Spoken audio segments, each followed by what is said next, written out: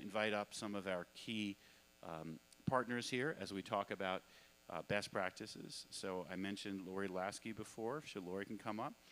Please, Amber, join us as well. Jacqueline McDonald and Peter Padilla. And we'll go right into our first panel.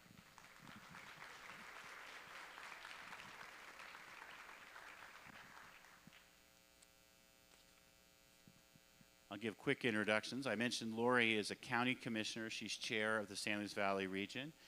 With her, Jacqueline McDonald is a peer advocate who is also from the Valley as well, right? Been a critical part of their work. Peter Padilla is Mayor Pro Tem from Brighton and is the chair of the region that encompasses Adams County. And Amber Tech is here because you helped us, Amber, develop this white paper. Community Health Partners is the group. Did you found it, or are you just the CEO? Just the CEO. And thank you guys all for helping us think about this question of best practices, because part of the challenge is to figure out what are best practices that everyone can adopt, knowing that things are going to be different in different communities. One of the best practices that is evident here is how do we learn from people with lived experience. I mentioned that was something that last year I really felt came through in the conference, and again, Lori, your leadership here is incredibly meaningful. So maybe I'll let Lori, you and Jacqueline start on this important topic. Thank you, A.G. Weiser. Well, I really want to start with it is the people with lived experience that make a difference. When you look at the impact of what is taking place with this opioid crisis, they are the ones that are impacted by it. So who better than to get information from and knowledge is them. In our region, we have a fairly small region of about 6 counties. Before we even implemented our first 2-year plan, we called in people with lived experience. And we brought them in and said, tell us, you know, all of these elected officials and people that are working in this, what do we need? What can we do better? It was amazing what we learned. You know, you think you read and you Google and all of this stuff, but when you hear how it impacts, and really these people are amazing with what they know and what they're willing to share, it really added to what we do. In our region, we ingrain our lived experience people throughout. I'm very proud to say we actually have 6 of them here today. If you guys will wave and give you a hand.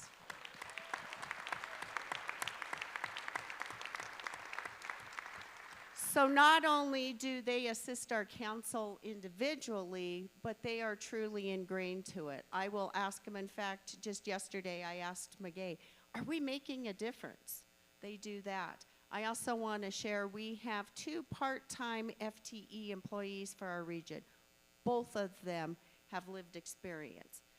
And because of that lived experience, they became the very best applicants for those positions. So I am so proud of that, but that also makes sure that our council hears on a daily basis the needs of what we are doing, how it is affecting people, and really what the root of this is. So I'm so proud of them, but AG, I can talk as a commissioner here, but I'd really like to turn it over to Jackie, one of our lived experience people, so she can share how our work is here.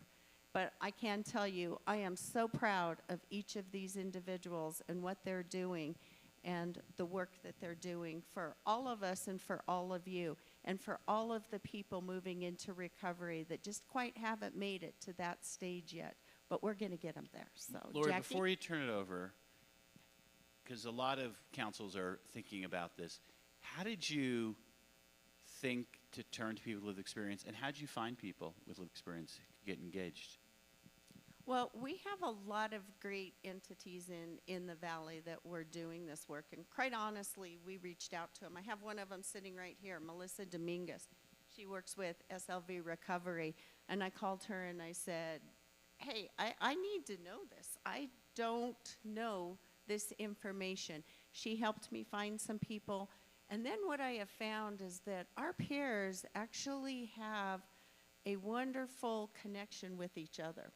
And so once we got a few started, Tony is sitting here. Tony was our first one 2 years ago, and she's COPA certified now as a peer professional. But she has also said through her work, I have people that have lived experience, and it's kind of twofold. I think it's a wonderful opportunity for them to come and share, but then what we as a council and me personally can take from it is amazing. So when we started this work in 2021, when I came on and looked, in our region we had one person that was a peer professional. Now we are in the process of, we have about 11 in different stages, with Tony finishing her COPA, other people starting. We have 11 peer professionals working in the industries in different levels in our region. So thank you. Jacqueline. And I'm so excited. This is Jacqueline's first panel discussion, but she also sings in a band. So I can tell you she has no problems with groups. So well, actually, Jacqueline, is it the same experience as singing in a band and being on a panel? Hey, yeah.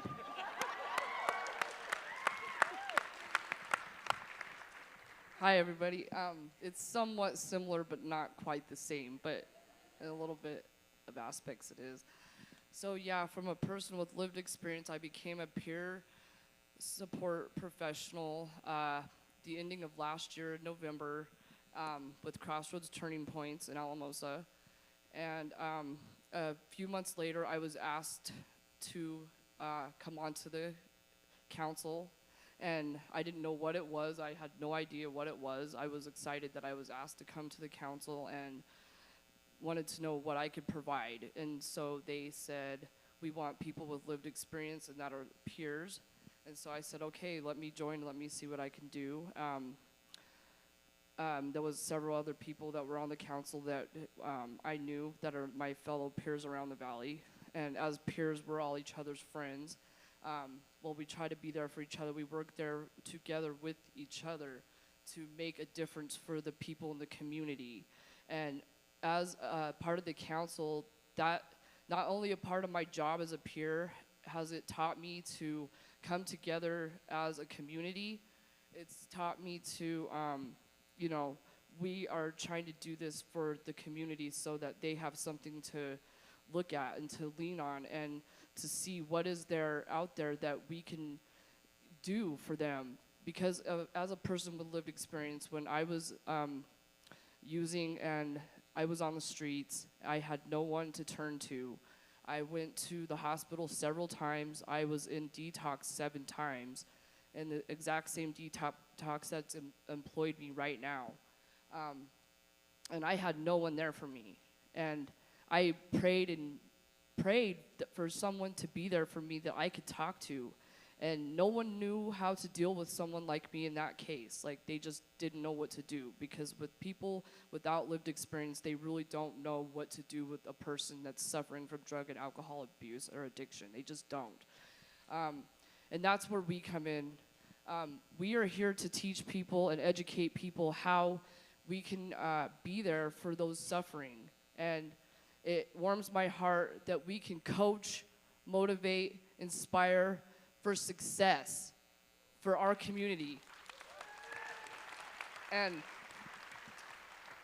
we have developed on the council, we have done outreach, which we, us peers, have brought into, you know, the council.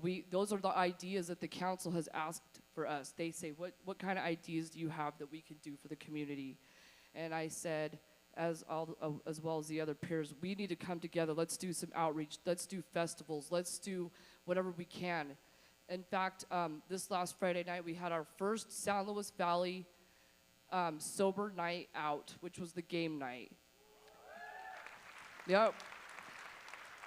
And thank you to Melissa. She's I call her our peer mentor, because without her, we all come together, our brains click together, and we come together, but without Melissa's guidance and experience, she gives us the lead. She gives us the reins. She gives us the reins and says, I got you guys here, you guys take the reins, and let's see what you can do. And that's what we've been doing. We've been just trying to come together for the community, for educational purposes at the festivals, like I said, and just helping the community.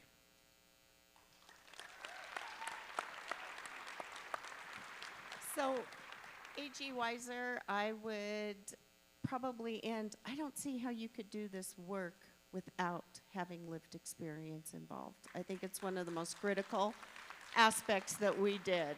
You know, you talk about budget, you talk about all of these things, but without lived experience, you're not targeting and you're not being able to help in the way that we could help. So, thank you. Amber, you talk about this in the white paper, and I think you want to touch on it briefly now. Why do you see this as a crucial part of the equation? Lived experience specifically. This work is preventable, right? We know that we can save people's lives. What it requires is a deeper level of collaboration and an incredible opportunity that most of us have not seen yet. When CHP had an opportunity to interview 8 of the 19 ROACs, and the majority of them identified equity and including people with lived experience as the biggest priority. That in order to understand this problem, we need to talk about those who are impacted and affected and understand what has worked and what hasn't worked for folks. But providing equity, which it sounds as though San Luis Valley has done from the very beginning, was really critical to this process. Peter, I want to go to you, and then you've already hinted at it, both Lori and Jacqueline, which is, how do you start a landscape analysis? Obviously, talking to people who are living in recovery is a key part of it, but there's a challenge a lot of ROACs have faced, which is you could spend your first 2 years, spend no money, and only do landscape analysis. Meanwhile, you know the crisis is taking lives. Or you can start right in with an RFP, seeing what's out there. How did you approach that dynamic in your region? And I'm curious to get feedback from the team on this as well. Absolutely. So we started with realizing that there were several lenses from which we needed to look at this challenge and this opportunity. The first, of course, was where do we want to invest the funds in terms of where we can be of use, education, harm reduction, all of the things that are included up front. The second lens was really how do we make this generational investment be of significance by the time we get through this 18-year program. And then the third was really, what are we missing? What services exist in the community and what things don't?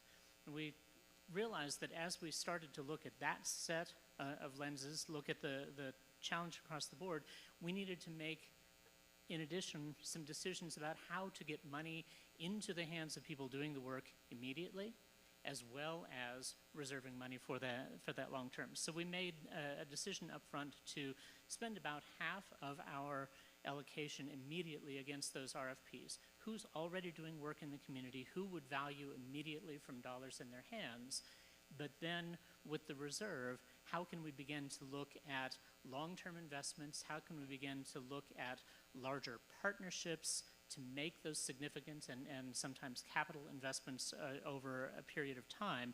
So we started simply by dividing the money into a couple of different buckets. Those that we would put immediately into people's hands within months, if possible, from when we first started. And now that we're looking at some longer-term programs, looking at those gaps, particularly inpatient care and intensive outpatient care that simply don't exist across Adams County, that's what we're beginning to look at the investments with those reserve funds and what we're looking at as partnerships with other regional councils that are near us. Adams County borders Arapahoe County, and the University of Colorado Health Sciences Center is really along that shared border. So looking at where we can make investments there. Adams County also is partnered with Broomfield County as being the 17th Judicial District. So a number of our services, a number of our investments needed to be coordinated across both of those regions to be meaningful. That's a incredibly heartening point. We're not going to do justice to all these points, but I will say and find Dr. Brooks and others, there's a great historic partnership between Weld and Larimer. I think it's now called Northern Colorado Cares, previously known as COSALA. And that was one of the early models in the state. They got a grant from the federal government to show us what type of collaboration can look like. So great you're thinking that way about collaboration. That's a whole nother dimension. I'm curious to go back to you, Lori. Obviously, your first instinct is listen to people with experience. How did you develop your overall playbook or strategy? Well, ours was really kind of a grassroots effect. What we did is we got together many of the people in the community, of course, all the people that we needed to have at the table based on the MOU, but then we called in a number of our providers, and we sat down and we really looked at and said, where are the gaps? We did this, our intention was to move pretty immediately on it and start to get the funding out. We were a hard-hit area. So we came together, we listened to our members of lived experience, we listened to the professionals in the area and said, this is where we have a gap. And then we immediately turned around and started working on what is our plan gonna look like. We actually divided ours up. Our first 2-year plan, we have a third of it is going to prevention, a third of it is going to recovery housing, and a third is to building peer professionals. And then our additional is supporting recovery and treatment center, which we weren't sure we were going to be able to do in 2 years, but it worked out and we have that. So those are the elements that we're looking at. I know now we're talking a little bit about RFPs and different things. I will share one little bit of experience. Our first RFP that we put out, we knew what we thought we wanted because this is, like I said, a grassroots. We want this, this, and this. And nobody applied. We had it so limited that on that RFP, we weren't able to even hire someone. So I think I learned right off. That was the opposite of what Peter did, right? Your RFP was kind of general, Peter, like come one, come any, and you just knew you put half the money, tell us what you want to do, and you sort of best available athlete. Is that fair? Yes, absolutely. So we started with, we know that these are the people and the organizations who are doing work in this space, and we asked them to identify what they could do with that money. So yes, the half that we awarded, or the $3 million or so that we awarded for the first year, was based on what the people already doing work or the people with great ideas thought they could do, and they came to the table with us, and they brought forward the presentations or brought forward their proposals, and we looked among them, prioritized them, scored them with an attempt to map them to our priorities. But honestly, we moved away from what we thought was our model investment for the first year and went with what people could do immediately. And I just think it's so amazing with the structure of how this is set up is that they give so much flexibility to the regions to do this because you have a difference of regions. You have differences from metro, rural, different things. And I'm just so thrilled the way the COAC and AG Weiser and the agreements were set up that we have the flexibility to do that because we are very different. We're still accomplishing the same things. We're just going about it in different ways. And I think that's the beauty of this program. And honestly, I think that's why it's going to be successful. Can I add just one thing? So, the other piece that I think was critically important for many of these regions is the way that they came together, that it wasn't just about developing a strategy. It was about building trust. It was about building relationships with one another. It was talking about how, as a group, they would deal with conflict and how they would agree and disagree. Those sort of soft skills were really important during that landscape analysis, the gaps assessment, systems mapping, really understanding who was in the room, building trust with people with lived experience and vice versa. There's a lot of distrust among people with lived experience of the system that has been failing them for a very long time. So being very intentional about that trust building was also something I heard from all 8 regions. So Amber, what do you do if you're here, one of the regions, and you're thinking, all right, there may be some things we can do better. How could we try to do a little bit of a reset and focus on what you said, trust building, listening to people with lived experience, building some overall priorities, and then getting money out to those who can use it effectively. What would that sort of, call it, reset approach look like for those who may not have had the traction that we've heard from the two here? Well, one of the things that we heard from a particular region was it's too late. It's too late to be flexible. It's really hard to pivot. And the other region is saying we're pivoting all of the time. And so I think providing people this space and time and recognizing that none of this is set in stone, having an impact is the goal here. The structure should not drive, or limit the potential here. There is a lot of conversation in each of these ROACs around what an equitable structure looks like. One respondent said, it's pretty telling if I walk in the room and non-voting council members are not invited to the same table as a voting member. So just seating alone is something that sends a very clear message to folks. Is this equitable? Who has experience? Who is heard? And who really has the power to change? Who's reviewing these applications? Who's making decisions? The other piece that we heard loud and clear is the importance of data. A lot of folks are using data to not only assess and evaluate progress over time, but it's also a way to engage media. It's a way to engage the public, and it also sets an accountability structure up.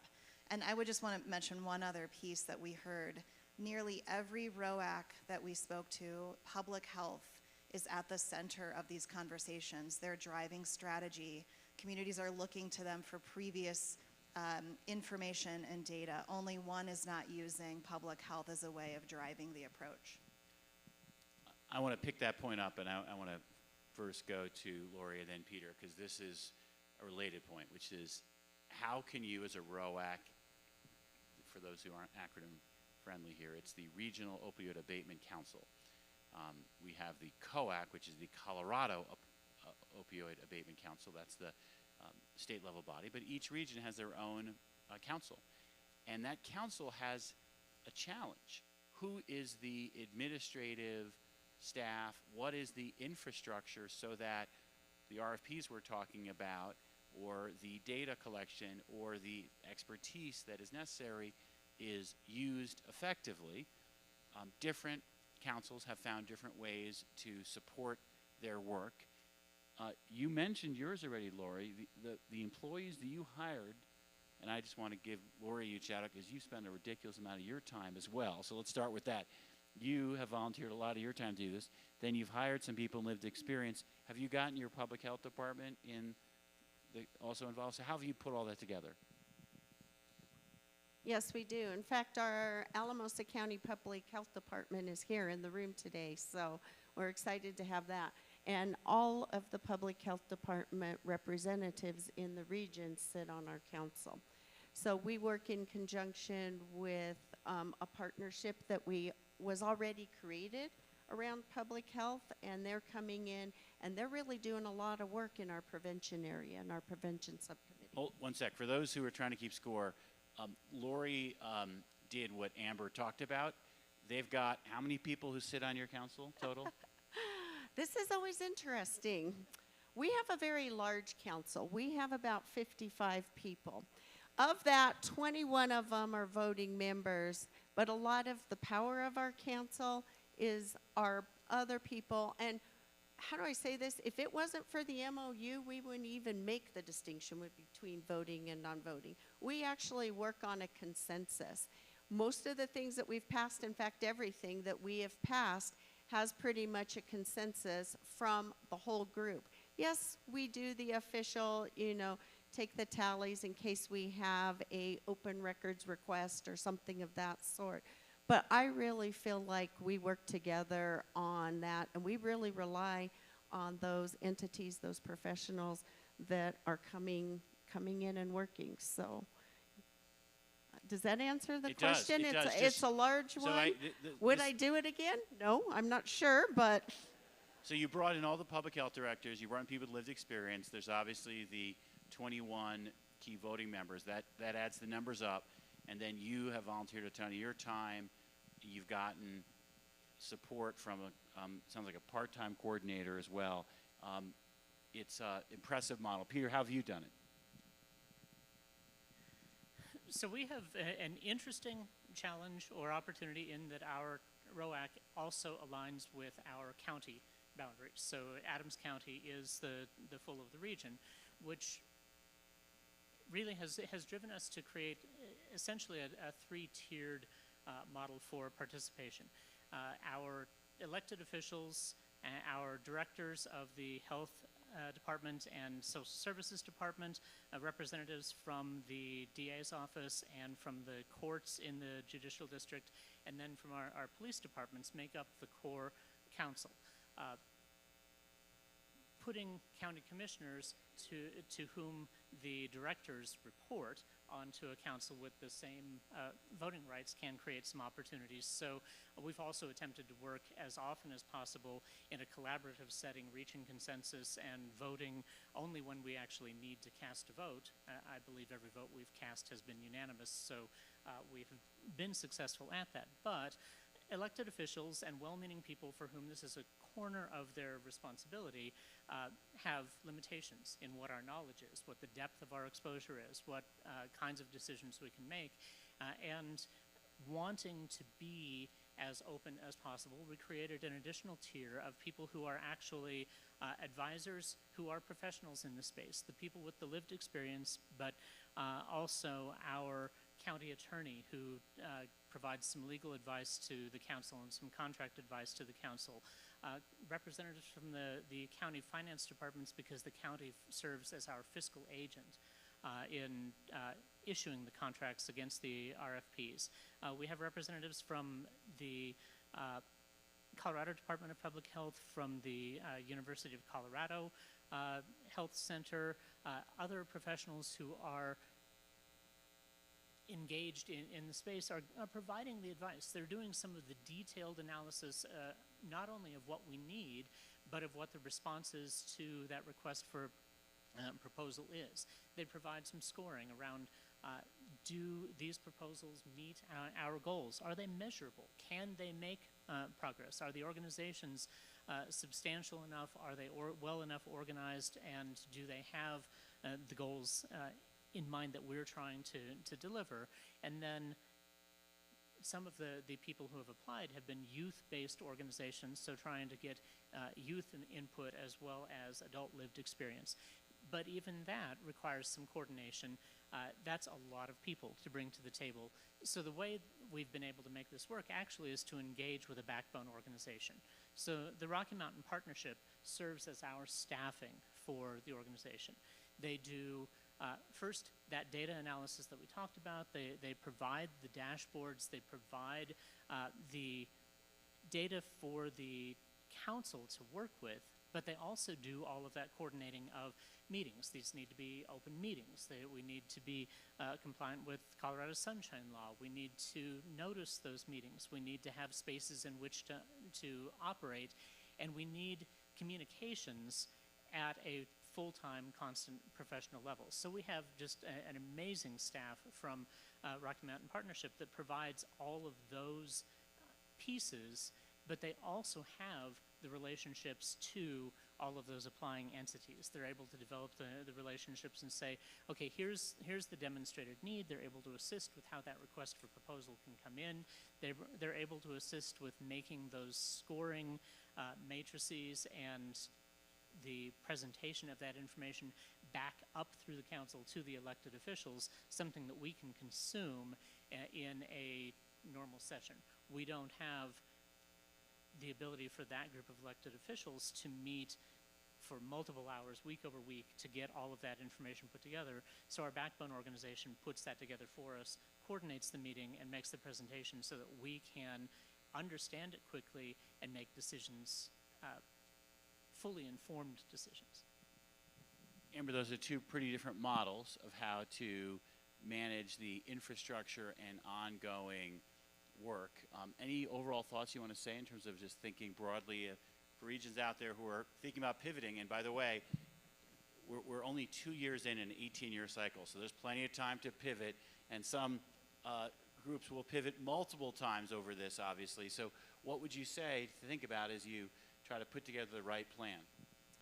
So something you mentioned that we learned very early on is that the majority of these ROACs do have staff, whether they're paid staff, public health staff, shared staff. That staffing piece really resonated across the state, that it's really critical to helping do the work, because so many appointed and elected officials just don't have the time to facilitate and convene and vet and make decisions on an issue they may not know a lot about. So staffing has been really important. One of the things that surprised us is the last question that we asked folks when we were interviewing them is about a shared vision for this work. And some folks said, we never talked about that. We haven't talked about that yet.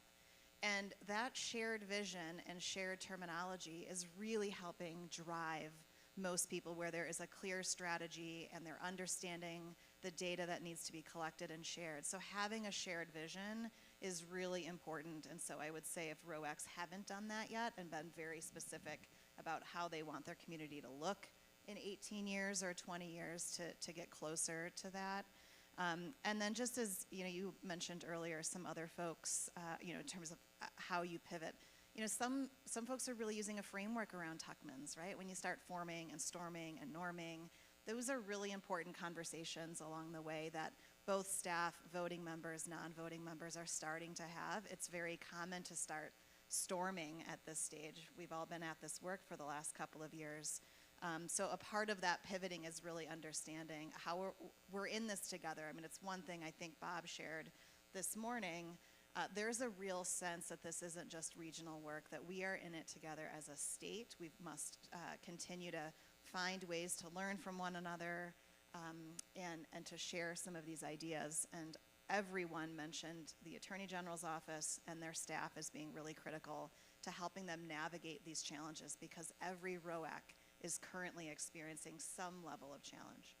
And that's why I wanted to make this white paper available, to create some shared understandings and some opportunities for reflection. We're 2 years in. There's a natural point. One question that we should keep asking, Jacqueline, I'd like to give you this, probably is the last question. How do we know we're making a positive impact? I believe you are making a positive impact, or I should say we, because our involvement in the activities that are going on.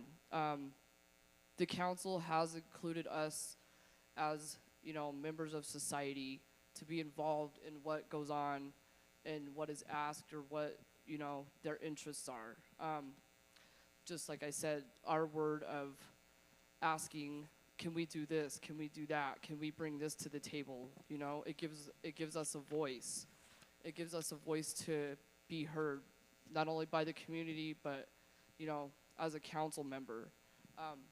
It also it brings about to the community that our involvement is helping. I think that they can see that there's something new going on. They're not quite sure what it is, but they know that there's something there that's being brought upon by something, some source, Your internal reflection is a lot of the times the external reflection. So what the Valley has wanted has been created by the collective transformation of their thoughts. They've been wanting this. And because they've been wanting this, it's kind of it's came out. So Jackie,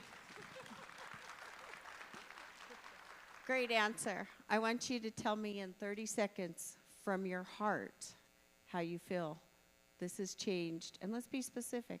How has it helped you or the members of our group there that are sitting at the table?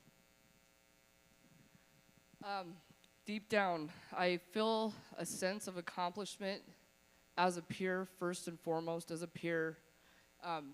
Being a part of the council is very fulfilling. I come to the council as a member, and I am a productive member of society. So not only have I I wouldn't say I've fully recovered. I'm in recovery every day. But not only am I in recovery, it makes me feel a sense of fulfillment. You know what I mean?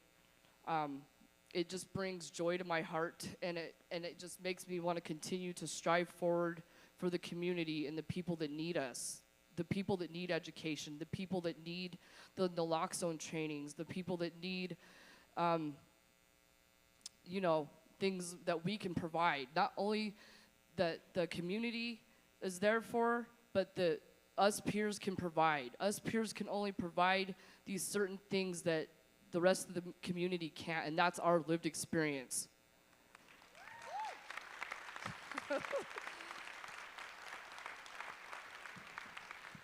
Can we give our panel a big round of applause?